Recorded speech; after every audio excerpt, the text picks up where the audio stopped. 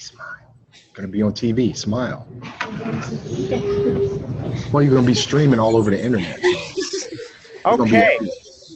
All right. Well, I think we are all set. Let me say good morning to those on the Pacific time. Good afternoon, those here on the East Coast. I know we have a couple schools here on the Eastern time. I want to say welcome to the Pro Football Hall of Fame. My name is Jerry Shockey. I oversee all the youth and educational programs here at the Pro Football Hall of Fame in Canton, Ohio. And we're really excited to get started here with the Heart of a Hall of Famer series featuring Pro Football Hall of Famer, Gold Jacket, Mr. Andre Reed. And really the idea and premise that we started this program almost 4 years ago now was really to convey the character qualities it takes to get enshrined in the Hall of Fame. We know guys like Mr. Reed and our Gold Jackets are awesome examples of athleticism and skill and talent and all those sorts of things. But we all know people that have a lot of those skills and talents and whatnot.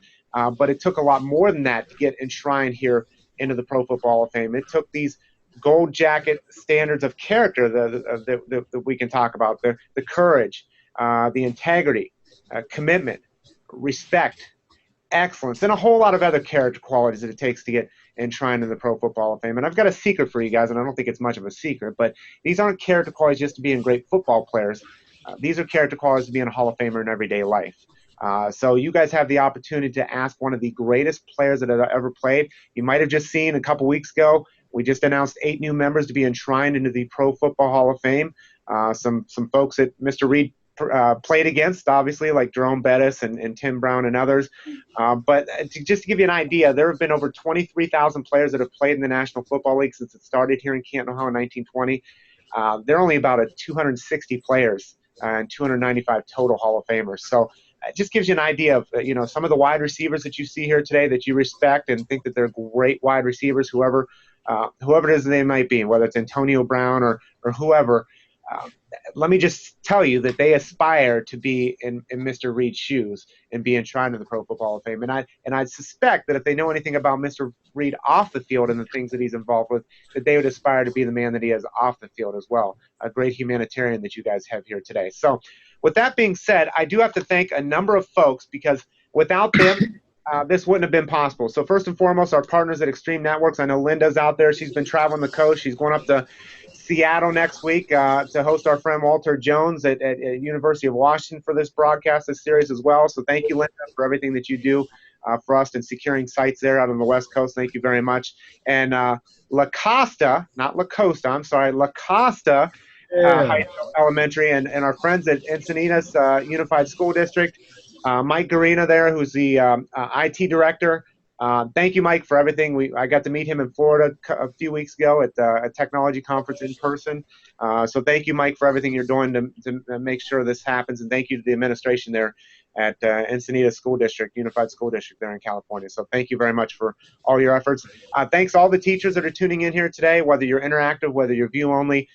Thank you for making this possible for your students. And lastly, we have to recognize the students because you're the real stars of the show here today. We're going to ask Mr. Reed to share a few minutes of some opening remarks about character. After that, we're going to feed off a Q&A from you guys. You're the real stars of the show. You're the ones that are going to be driving the program here today. So I would like to recognize the schools that are participating here today. And when I call upon you, feel free to unmute your microphone and give a shout out. So we're going to go to, first of all, Mr. Reed, if you want to plug your ears for a second, we can have the students there. La Costa? La Costa, you guys want to give a shout out? Very good. Very good. Thank you. They're in Carlsbad, California. So we're going to go from California to Gloucester, New Jersey. If you want to unmute your microphones, Gloucester, and give a shout out, go ahead. Okay, all right. Not quite as enthusiastic, but it's past lunchtime for you guys, so I understand. So let's go from New Jersey down to Florida, and our friends at Liberty Elementary. Go ahead. All right, our friends at Broward County are hyped. I like it. I like it. So thank you very much to all the schools that are tuned in here. So let me get to the introduction of our featured speaker here today, and that's Pro Football Hall of Famer, Mr. Andre Reed. And just to give you a little bit about his playing career, he was a 4th-round pick by the Buffalo Bills back in 1985. He is the most prolific wide receiver in Buffalo Bills history, 941 career receptions, are 266 more than number 2 on that list. He amassed over 13,000 career receiving yards. Now, some of you students have heard of the term YAC, yard after catch. He's the one that kind of put that on the map, that whole term, because he was a master of the yard after the catch. His 951 career receptions, third all time at the time of his retirement. His 13 seasons with 15-plus receptions exceeded only by a name that many of you will recognize, exceeded only by the great Jerry Rice.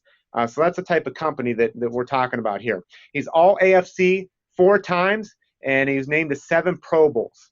And then he was enshrined into the Pro Football Hall of Fame last year as part of the class of 2014. So before we do that, I want to go to some of the off-the-field things. So I think you'll find them just as remarkable as they are on the field. So since his retirement, been involved with a number of things, obviously been on television, provided commentary with ESPN, with Fox Sports as well. He's one of my favorite shows that I used to watch on Spike TV. He was involved with Pros versus Joes, so that was I remember actually watching that episode. That was great as well. He actually has his own food line, food product lines called Over the Middle, which is very appropriate for the great wide receiver because he was known for his over-the-middle catch and his fearlessness over the middle.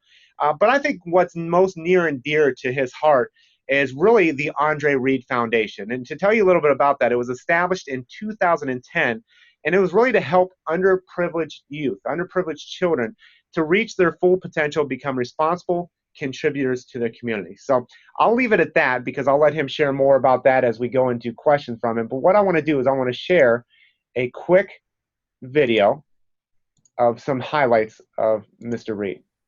Uh-oh. In the early 90s, Buffalo's offense dominated the AFC. One of the keys to their success was wide receiver Andre Reed, a 4th-round draft choice from Little Kutztown State. He's got a man, Reed. Touchdown, Andre Reed! In a career defined by big plays, Reed's physical style and relentless pursuit of the end zone made him one of the league's toughest receivers to bring down after the catch. Reed retired in 2000 as the 3rd leading receiver in NFL history. His 951 receptions for over 13,000 yards remain Bills franchise records. So if everyone would unmute their microphones and join me in giving a warm round of applause to Pro Football Hall of Famer, Mr. Andre Reed. Hey.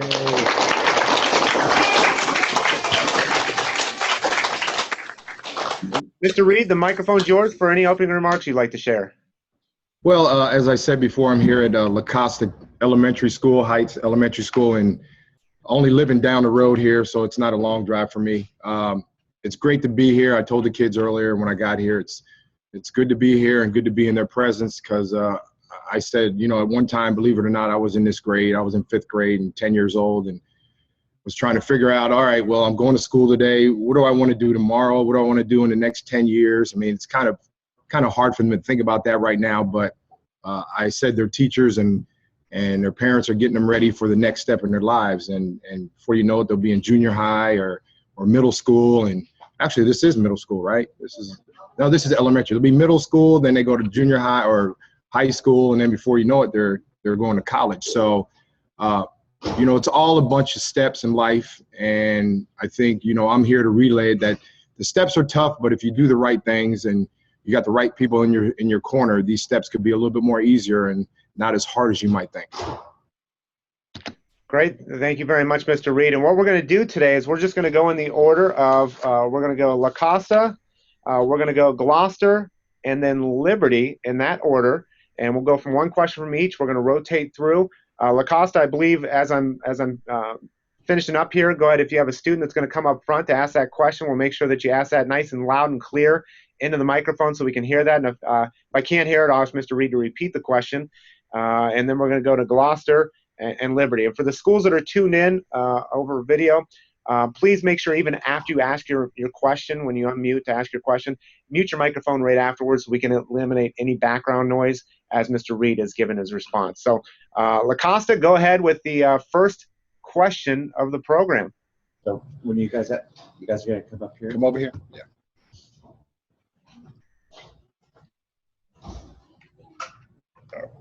There you go. How did you feel being inducted into the Hall of Fame after trying 9 times? That's a good opening question. Wow. Wow, way to start it off. Yeah, he started off good. Very elated, which means I was very, just felt like a big burden was off my shoulders. And one thing that I think most people need to realize is that being inducted to the Hall of Fame is a process that you go through. Some guys get inducted on the first try. Some guys get inducted on the 9th try. Some guys take 20 years. But I think once you're in the Hall of Fame, all those times, it doesn't matter how long it took. You're in a fraternity that's pretty special. So felt really relieved. And it was a long process, and my family felt relieved. So that's about probably what it is. I just felt relieved. Good question. Thank you. Great question to start off the program. Thank you, LaCosta. So we're going to go to Gloucester. If you want to unmute your microphones there, Gloucester, feel free to ask the next question. How did character influence your life?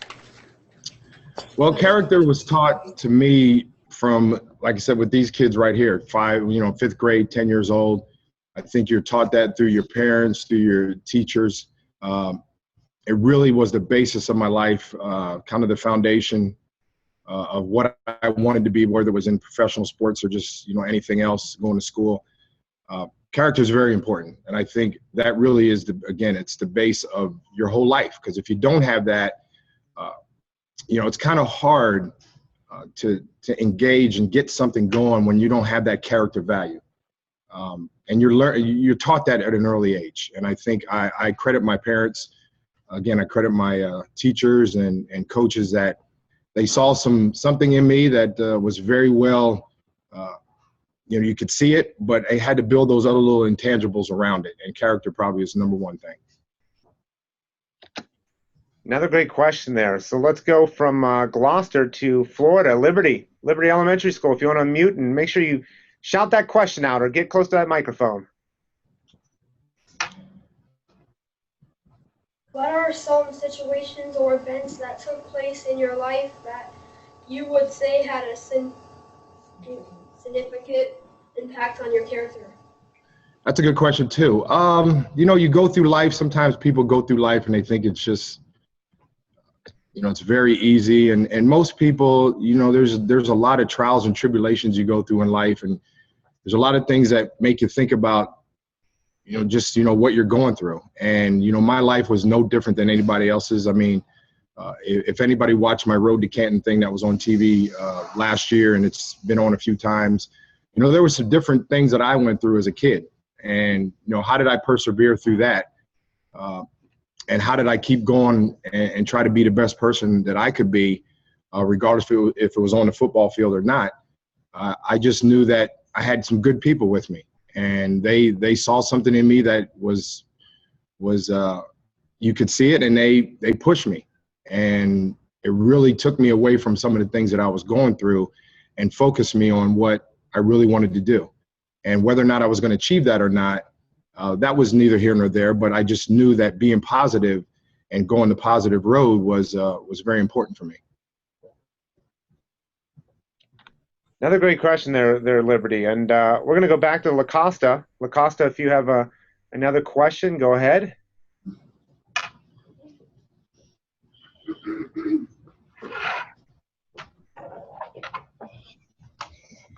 When that ball was whisking through the air, fans screaming, and you hastily sprinting and making that exciting catch, what was that feeling with this intensity surrounding you? Well, Christmas Day, when you come downstairs on Christmas Day and there's some presents there and they're there, and how do you feel?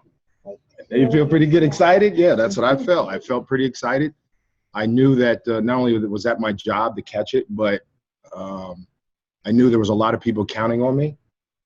And I blocked out the whole crowd a lot of times and just really focused on, what the task at hand was. And that was catching the ball and trying to help my team win. Good question. Oh, thank you. My man. Yeah. I love it. So,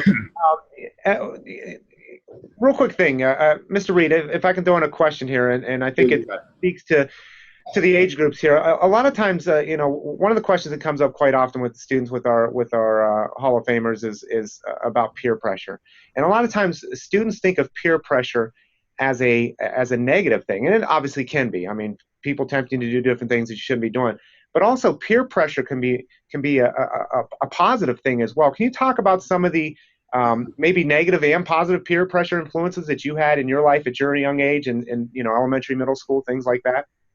Well, that's a pretty good question too. I think peer pressure is everywhere. It's all ages, especially as you get older.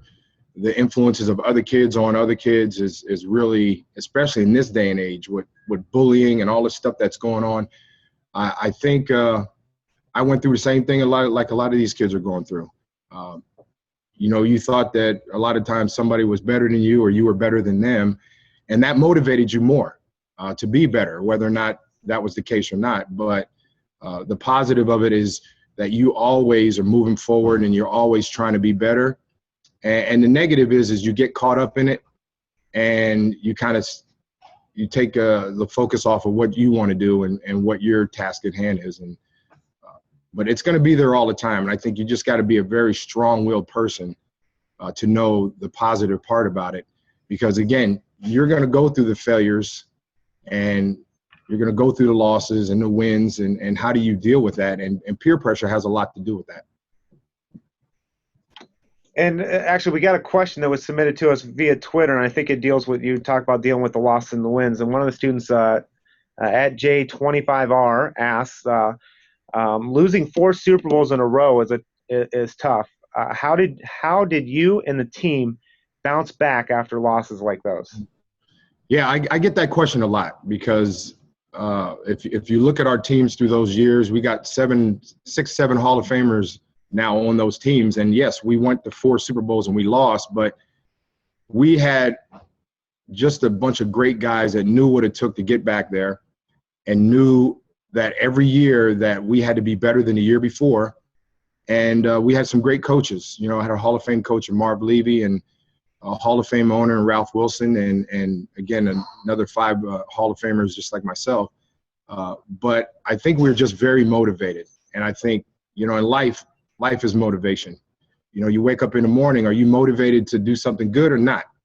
And a lot of times when you lose in that manner, you just can't wait to get back and be motivated to get it right. And again, we didn't win any of those Super Bowls, but we were on the biggest stage in football those years. And I don't consider myself, and I'm sure my teammates don't consider ourselves losers because we lost 4 Super Bowls. I mean, yes, that's the ultimate goal, but I wouldn't have done it with any other guys than those guys that I was with during those years.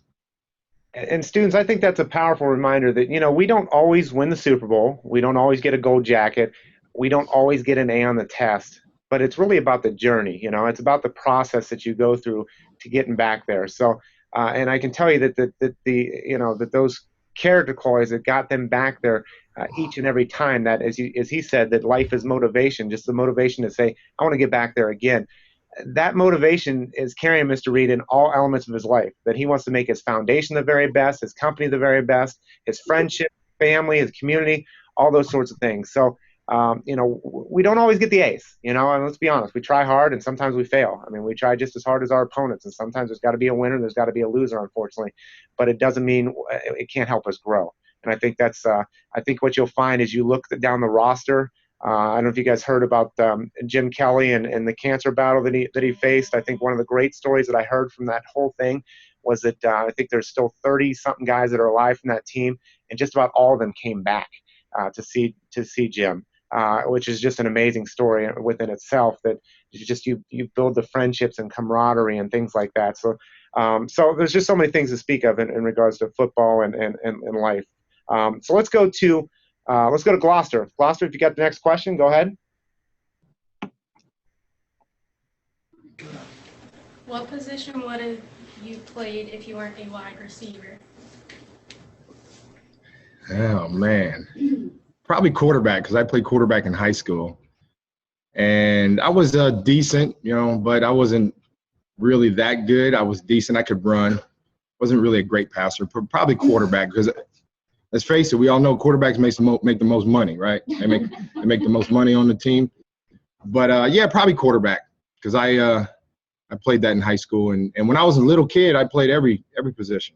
I played nose guard, I played linebacker. You know, when you're 10 years old, they stick you anywhere, and that was a lot of fun. So probably quarterback would have been the position if I didn't play wide receiver. Thank you very much, Gloucester. Let's go to Florida. Liberty, go ahead with your question.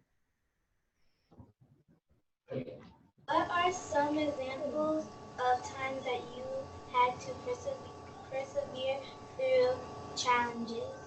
Can you repeat that again, Don? I didn't hear that. What are some examples of times that you had to persevere through challenges? That's a good question too, man. They got some good questions. There's probably every single day there was a challenge for me. From the time I was at these kids' age here, of 10 years old to now, and every day I woke up, a lot of times it was, you know, there was the unknown. I just wanted to go to school just like anybody else, and all the outside influences, some of them were good, some of them were bad, but again, I had the right people around me that kept me on the right track to be positive and to stay away from the negative stuff. So all through my life, it's been like that. From elementary all the way to now, there's things that really challenge me, not only to be a better person, but to influence others. And as a Hall of Famer and wearing this jacket, that's our duty. And I think what we did on the field is documented, but it's what we do off the field that really stands the most out. And how do we wear this jacket, and how do we influence others to be the best that they can be? And that's really the essence of what a Hall of Famer is about. It's being excellent off the field and doing all those things that remind you of why you were there. Thank you. Great question there, Liberty. And we're going to go to La Costa here in just a second. But, you touched on something, Mr. Reed, that I think a lot of our guys touch on as well. And I think it's a great thing to focus in on is, again, you said you kept positive people in your life. And I heard one Hall of Famer the one time say that that you are the sum of the 5 people that you spend the most time with, which is kind of an interesting perspective.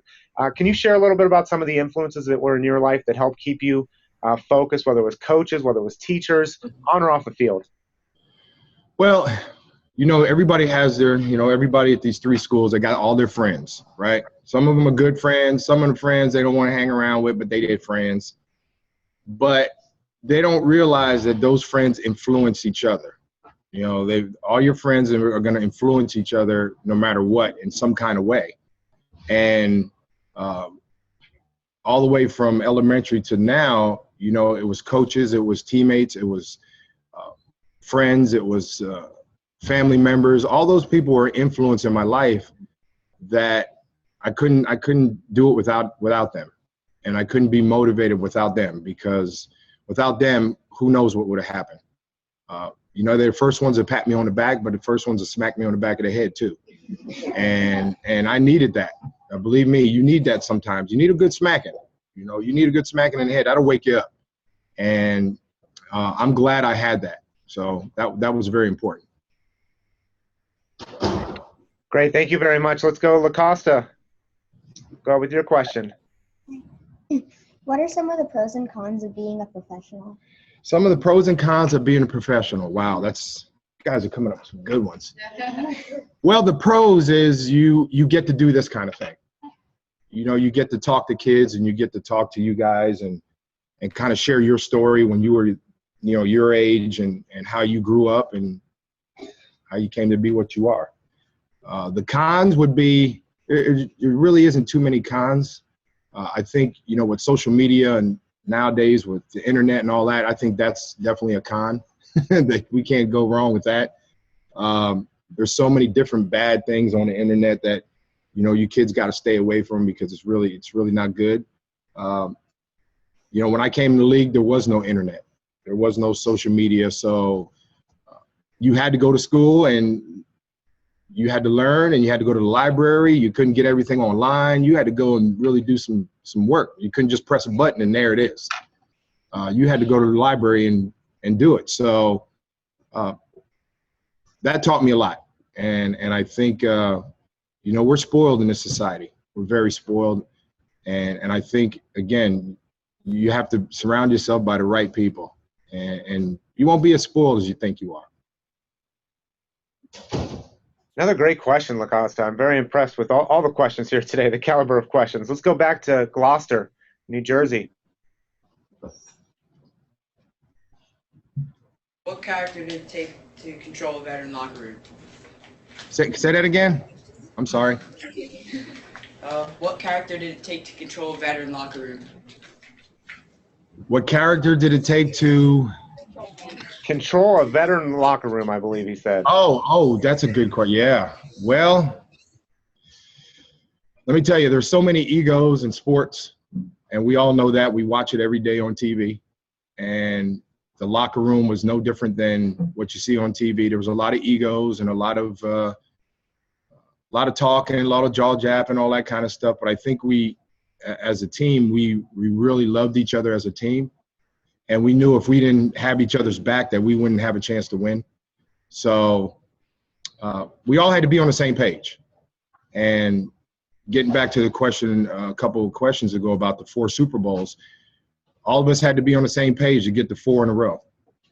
And if we weren't on the same page, that definitely wouldn't have happened. So all those character flaws that some guys have, once you get in the locker room, you kind of try to check all that at the door. And again, the task at hand is to be together and play together and win as a team. And that teaches you about life, because you're going to have to rely on somebody else for help. And that's really what the team thinks it teaches you. Great, thank you very much, Gloucester. Let's go back to Liberty. Football is many times referred to as the ultimate team sport. How do you think teamwork teaches you about life?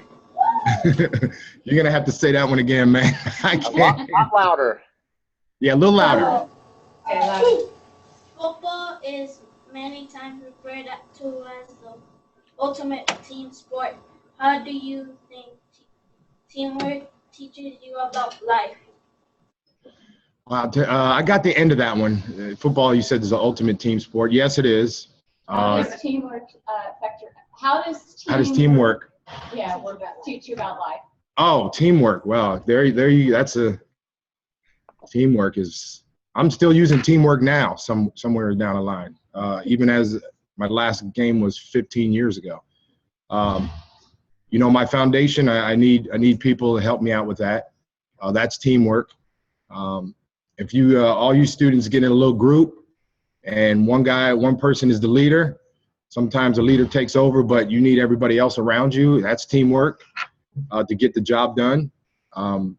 Your teachers and your parents, they use teamwork every day. So it's a big word, and it teaches you that, every day that you get up that, you're going to have to be able to interact with somebody else, and you're going to have to be able to talk, and you're going to have to be able to come to a compromise to get the job done.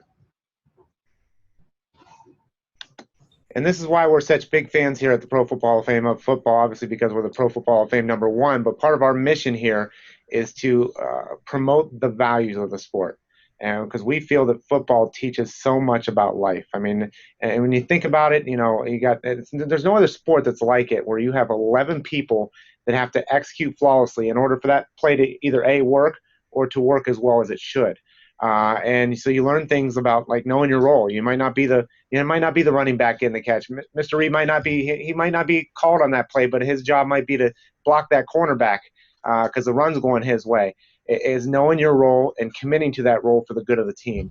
And when we start learning about that philosophy, that mindset, that no matter what we're committed to, whether it's in the classroom, whether it's in your community, whether it's with your churches, your Boy Scouts, families, whatever, that we're going to put the team before ourselves, that we're going to commit ourselves to being excellent. That's what we get excited to hear about the Pro Football Hall of Fame, is that we can share stories like that and share stories of guys like Andre Reed who can talk about the experience they've had on the field and how they translate into life. So great question there, Liberty. I'm loving I'm loving the questions here today, guys and gals. Thank you very much. Let's go back to LaCosta. LaCosta, if you have another one, shoot away. Who inspired you to play football? Who inspired me to play football? You know what? As a kid, I really didn't look to TV. TV really wasn't probably the main thing that inspired me. It was my brothers, believe it or not, because we were so competitive that when we played out in the playground, if it was basketball, football, baseball, we liked to take anybody on that wanted to play us. And we got better because we believed in each other, and we believed that we could win at any time. And if we didn't win, we put our best foot forward. But my brothers really taught me about being competitive and never quitting and just being the best that I could be out there at any time. And that has influenced me all the way through my life in football, and even now when football's done, is I go into everything 100%, and I like to get that out of it. So my dad always said, if you put 100% in, you're going to get 100% out, right? And if you put 50 in, you're probably going to get 50 out of it. So if you put 100, you're guaranteed to get that. So that's really my how I go about things. Thank you very much. Another great question. Looks like we have about 25 minutes left, so we'll keep it going. And just a reminder to all the schools, again, social media today, make sure you use the hashtag Heart of Hoffer. That's HOFER. And also you can give a shout out to Mr. Reed at Andre_Reed83 if you'd like to give a shout out to him as well today as you're doing the social media. So we're going to go. We're gonna go to Gloucester. Throughout your career, how do you think good character helped you? Say it again, darling. One more time. Stand up. Throughout your career, how do you think good character helped you? Throughout my career, how do I think good character helped me? Well, I have to interact with a lot of people. And if it's business people, if it's people in my foundation, if it's, I do a lot of speaking engagements. I talk to a lot of kids. I do a lot of stuff now that is very influential to people. So if I don't have the right character, I don't know how to convey that. I don't know how to convey that to the people I'm talking to. And that was taught to me at an early age. Maybe, when I was 10 years old, maybe character was not very, very vital. But as I got older and got into high school, that word really came up a lot. And again, as I said this earlier, alluded to it earlier, it's been, really the bricks that have laid the foundation for how I go about doing things in my life. And I try to teach my kids that if you have good character and you're very respectful, you're going to get some things done. And people are going to want to be around you, and they're going to want to, want to talk to you about things and want to, get your input. If you don't have that character, you probably won't get the input that you need. Thank you very much, Gloucester. Another great question. We're going to go to Liberty. Go ahead, Liberty in Florida. Nice and loud. As a child, what events in your life do you believe helped shape you into the man you are today? That's another good question. I grew up just like your ordinary other kid. I was always into sports, and sports was my way of coping with any problems that were going on at home, and it was kind of my little shield. And I said this in my speech, it was my little safe haven. So I was more comfortable out on the basketball court or football field or baseball diamond or running or whatever. I was more comfortable out there than being at home a lot of times. And that's really where I got my confidence is being involved with other guys and other, guys that were out there playing just like me. That's where I got my confidence. And a lot of times we don't grow up in the best of situations. And I think, it really tested me to see, what kind of person I would become if that was going to influence me or not in a bad way. And just like any other kid, there's all these kinds of roads that you can go down. Some guys go down the road straight and they make a right and they should have made a left. And sometimes they make a left and they should have made a right.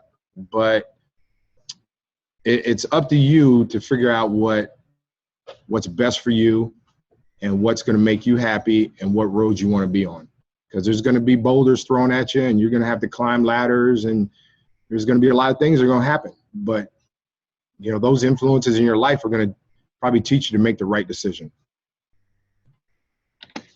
Thank you very much. Another great question there, Liberty. And we've got one submitted through the software, not through our Twitter, and I'm going to look at it here. It asks, I'm not sure the student's name, but what have you learned from your fellow Bills Hall of Famers, Jim Kelly, Thurman Thomas, Bruce Smith, Coach Levy? What have you learned from them? Well, we've been through a lot as teammates, as a player-coach relationship. We're very in tune with our own families.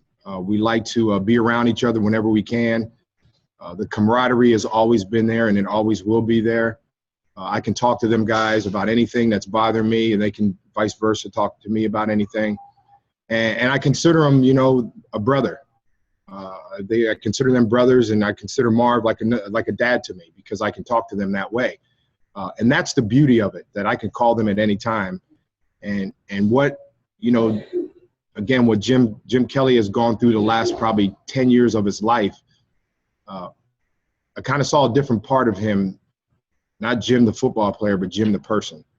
And he's influenced so many people, and he's inspired so many people with cancer and all the things that he's gone through. And, you know, his family is outstanding. His daughters, I've known them since they were little babies. And he really has a special part, not only me being a Hall of Famer, but he has a special part in my heart. And again, I can talk to him about anything. And I just saw him in Phoenix at the Super Bowl, and it was good to see him feeling better, and he's looking good. So, and the other guys too, Thurman and Bruce, I can always talk to them about anything. So I think they taught me that life is tough regardless. We all been through a lot of things, and they would be there for me if I needed them. Thank you very much, Mr. Reed. Let's go back to LaCosta. Everybody smiling today? All right, go ahead, man. Does the number 83 have any significance to you? Number 83 was pretty good. That's the only thing no, I'm just saying. It does. You know, 83, that number was my identity for 16 years in the NFL. It's funny, it's ironic. I'll tell you a few stories that, you know, I play golf sometimes, and I'll jump on a golf cart, and sometimes the number will be 83 on the cart. I don't even ask for it. I'll look down and, oh, there's 83. Or I'm driving and there's 83 miles left in the gas tank. So that number really comes up out of nowhere because it's kind of, you know, I feel it was my identity for a while. But pretty good number. There's a lot of great players that have wore that number over the years. So I'm very, very respectful of it. Good question. And Mr. Reed, if I can go back to, you talked about your teammates and your coach. We did this program about 6 months ago with your coach, Marv Levy. We did it from the Chicago area. And one of the things we talked about during that time, and a quote that he made, and I'm sure he borrowed it from someone else, whether it was Winston Churchill or somebody. You get that joke. So, yeah. But you know, he said it's not the will to win, it's the will to prepare to win. Can you talk about how important preparation is, not only on football, but just in life in general? Yeah. And that's, you know, Marv was one of those coaches that used big words, and we always say that. And he had a lot of quotes, and during our, you know, right before the game, and he did a speech right before the game and talked to us, he would quote some war story, he'd quote something, and we would try to figure out, what does that have to do with us playing the game tomorrow? We didn't figure it out maybe till later, but there was always some kind of significance that went on with it to motivate us to win. Yeah, and I think, you know, Marv was the quintessential kind of guy that, you know, he carried the big, he didn't talk that much, but he carried a big stick. And, you know, we respected that from him. Yeah. Thank you very much. Let's go to Gloucester. Looking back on your football career, do you have any regrets? Said, looking back on my career, do I have any regrets? No. I dotted every I, crossed every T. I left everything all out there on the football field. I felt I got the best out of my talent. My life was football. It still is. And, if anything I regret, some of the wins, some of the losses, some of the losses you regret losing some of those games. But, again, the teaching method in that, it taught a lot. But I have no regrets on, I was a small town kid that came from a small town that, got the opportunity to play professional football and was around the right people at the time. So I have no regrets of what I accomplished or didn't accomplish. Great question, Gloucester. Let's go to Liberty. When did you realize you wanted to play professional football? When did I realize I wanted to play football? Right here at these kids' age here. 10 years old, right? 10. I was 8 when I first put on the helmet. 8 years old. The helmet didn't fit because I had a big afro, so. But I put it on there. It was halfway on my head, but I had it on there. And I couldn't hear because all the hair stuck out the ears. So, yeah, you need some. No pictures of that. My mom has those pictures. She probably does. So probably 8 years old when I first started. Did I know it would turn out to this? No, I probably would have. If I had a chance to be hit by lightning and go to the moon in the same day, I would have probably been, that would have probably happened more than becoming a Hall of Famer, definitely.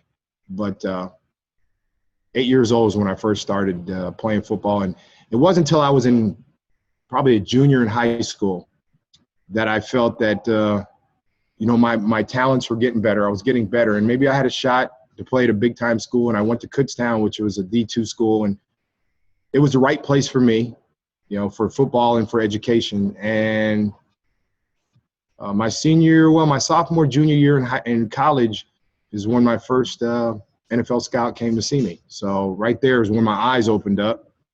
And I knew that, I might have a shot at it if I, continue to work hard and get better every year and really do the work that's necessary.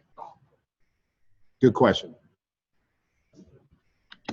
Great question. And something you brought up earlier, Mr. Reed, I just wanted to touch on again because it's probably very relevant to the students here today. You brought up the term bullying earlier.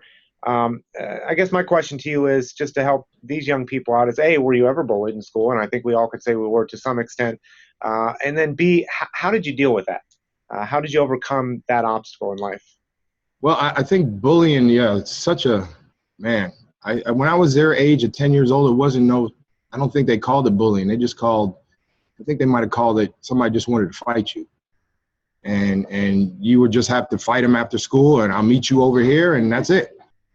You had to fight them. You couldn't even duck out of it because he had people waiting for you to go over there.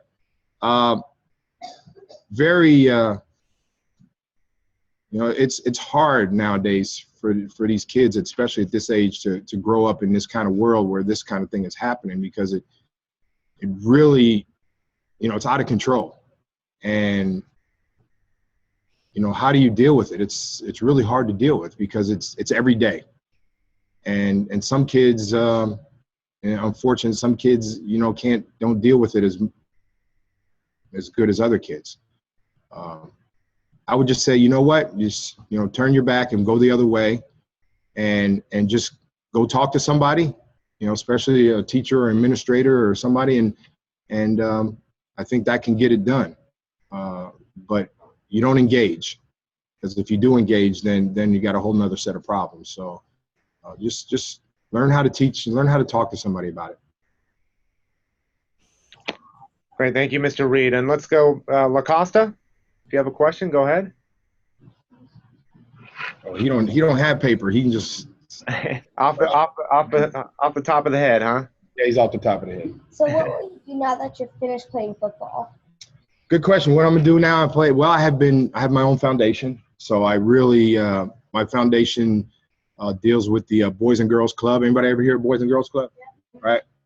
So I grew up 10 years old, 8, 9, 10 years old in Boys and Girls Club in my hometown. And again, that was my way of staying out of trouble because everybody was positive there. And as we know, when we get this age, we like to kind of go off on a tangent maybe a little bit and do some things you're not supposed to do. But that really kept me grounded. And I always knew that I can go to the Boys and Girls Club and there were some positive people there that I can talk to about anything, what I was going through as a kid and home life and all that kind of stuff. So my foundation is really important to me. And again, I try to help the kids get on the right path to be productive people in life and to do the right things. Good question, man. Fantastic question. Let's go, Gloucester.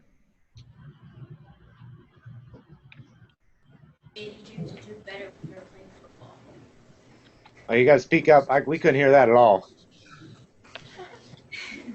What motivated you to do better when you played football? Hey, say that again. Say it again. Come over here in the middle, man, so I can see you. Come over in the middle. Where?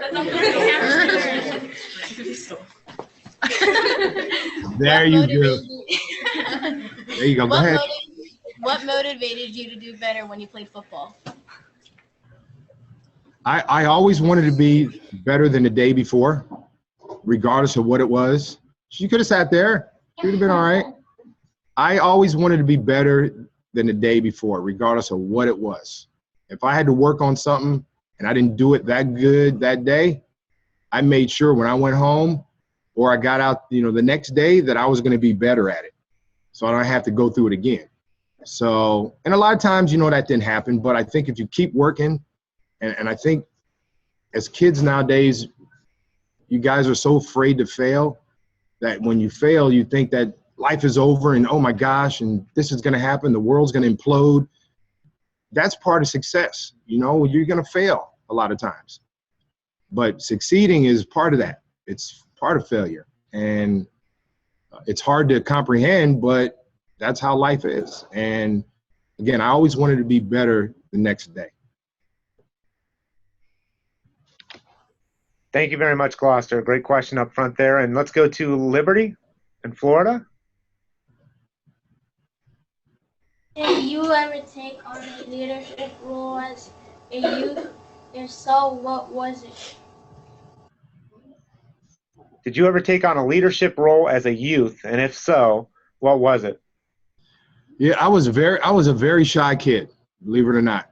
I didn't talk that much. I don't know what happened to me, but I think as I got older, I had to express myself a little more because a lot of times other people looked to me to be the leader. And then when I got to play for the Bills, I was a leader, but I wasn't a vocal leader. We had more vocal type leaders on the team. So I stood back a lot and I wasn't really a vocal guy. But in my younger days, I had to be more vocal. But as a professional, I wasn't as vocal as I could have been because there was more people. Okay, thank you very much. Looks like we got about 8 or 9 minutes left. So it looks like we should be able to go to one question left from each school and then maybe have Mr. Reed's closing remarks. So let's go, LaCosta. Go ahead. I keep thinking I'm going to mispronounce it, but I keep getting it right. So I keep wanting to say LaCosta every time. But LaCosta, you'll go probably ahead. say it when it's over. You'll probably say LaCosta. I'm going to, most definitely. You will. When you first entered pro football, was there a special player that helped you? Wow, that's a better. She said, when I first entered the league, was there a person that influenced me, right? I would say there's 52 guys on the team. 51 of them influenced me. 51 guys. I think the team aspect of it was so vital to me because individually you can do well, but not too many individuals win on a team-oriented sport. It happens sometime, but you need to rely on your teammate. So I had 51 other guys that I relied on to help me be better, every single day. So it wasn't just one guy. It was everybody. Good question. Great question. And Mr. Reed, if I can throw something out there real quick, going back to the word preparation, I think it's so important that we hammer this home with students, because just in my opinion, preparation is one of the most important things we can do in life, is be well prepared. And the reason why you guys were able to go back, some people say, that you guys lost 4 Super Bowls, but you were also AFC champions 4 years in a row, which is unprecedented. And that all comes down to preparation. And how you execute, and how important is preparation, you feel, in life, with whether it's with a test, whether it's with a Super Bowl, whether it's with any endeavor in life. How important is preparation? What was your attitude towards preparation? I know you were an unparalleled preparer, but share with these students about the importance of preparation on the field and off the field. Well, I mean, how am I going to, if I don't prepare from the beginning of the week to the end of the week, from Sunday to Sunday? That is practice, film study, all the little things that you need to do to give you the upper hand to win. You don't do that, your chances of winning are going to diminish. And that's just like in school. If you don't prepare for a test all week, if your teacher says, well, there's going to be a test on Friday, but we're going to go through some things all week, and then we're going to have a review, and then the test is going to be Friday. So if you don't prepare during the beginning of the week and listen to your teacher and do all that kind of stuff, Friday's going to come and you're going to be lost. You're not going to be prepared for that and confident for that test to just knock it out and get an A if you don't prepare. So, and that's in life, and that's in business and anything else. We did not win a game by just showing up. We had to prepare all week to give us a better chance and a better percentage of a chance to win. Yeah, thank you very much. And also, just to share, we just did a program with not too long ago with Bart Starr from Alabama, and he's living in Hoover, but he talked about the great Vince Lombardi, that all these students probably still know the name because of the Vince Lombardi trophy. And one of the things Vince Lombardi was quoted, it's not just the preparation, it's the unique preparation. What separates you from everybody else? What are you doing? Are you preparing like everybody else, or are you going above and beyond in your preparation, beyond what that's doing? And I think that's one of the things that if you dive into the backgrounds of our Gold Jackets here, like Mr. Reed and others, is that you'll find out not only do they prepare well, but they prepare better than anyone else. And that's one of the reasons why they sit in this position here today, being enshrined in the Pro Football Hall of Fame. So great question there, LaCosta. Let's go Gloucester and then Liberty, and then we'll ask Mr. Reed for his closing remarks. If you didn't do the NFL, what career path would you have taken? I'd be arresting all you guys right now. No, I wanted to be a cop. I wanted to be a police officer. And for some reason, I always say this, I wanted to, drive the police car and just pull somebody over and give them a ticket for speeding. I don't know, that's kind of probably sounds a little outlandish, but that's what I wanted to be. I wanted to be a police officer, or I wanted to be an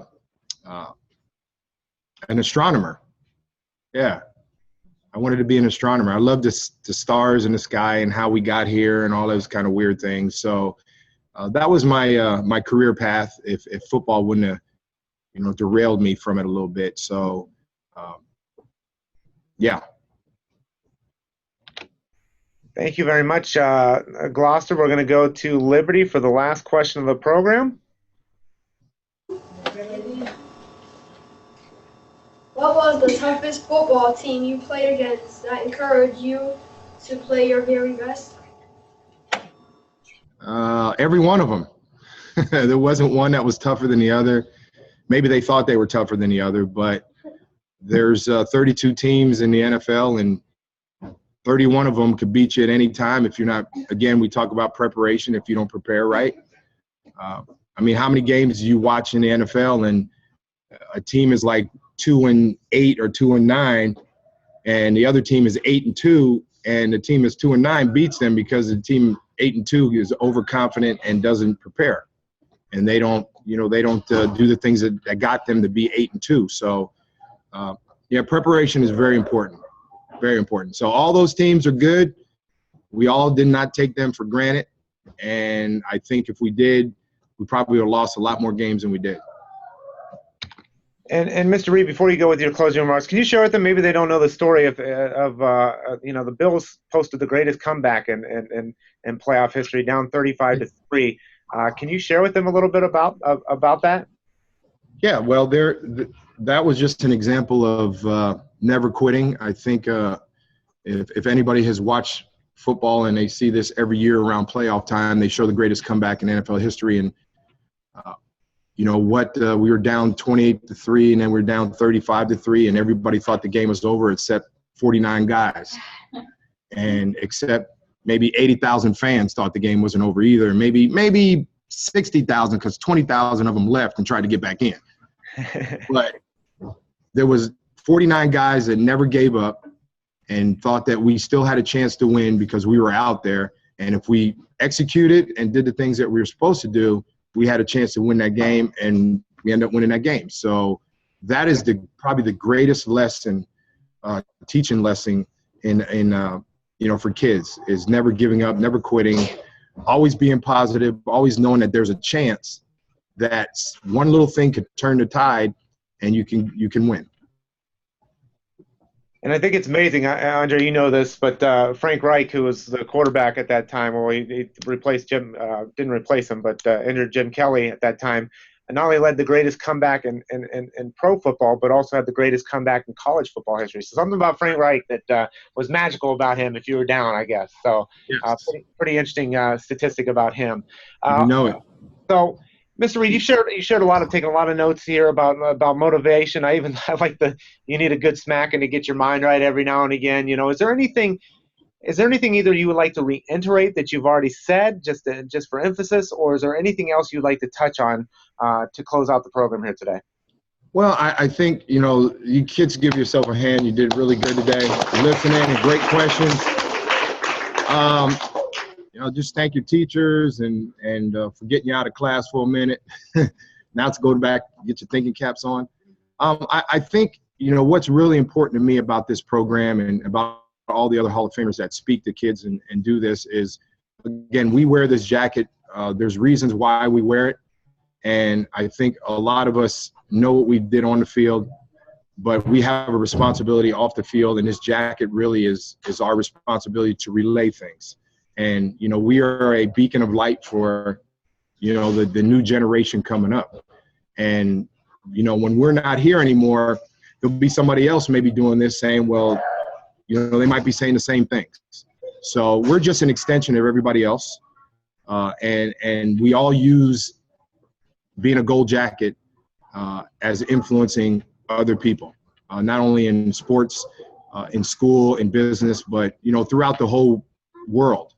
And David Baker, who's the president of the Pro Football Hall of Fame, the mission of the Hall of Fame is to preserve the history of the game, to promote its values, to celebrate excellence everywhere, and to just to be the best person you can be. And that's really what this means. And I'm honored not only to wear this jacket, but to be a part of that elite group of guys that people look at you. And there's only 287 of us, 171 living, soon to be 295. It's very special to me. And it's special that everybody that wears a jacket like this has a bust and has a ring of excellence. So I'm glad I was able to do this and be a part of this. Well said, Mr. Reed. And students, if you can unmute your microphone and join me and give a warm round of applause saying thank you to Pro Football Hall of Fame, Mr. Andre Reed.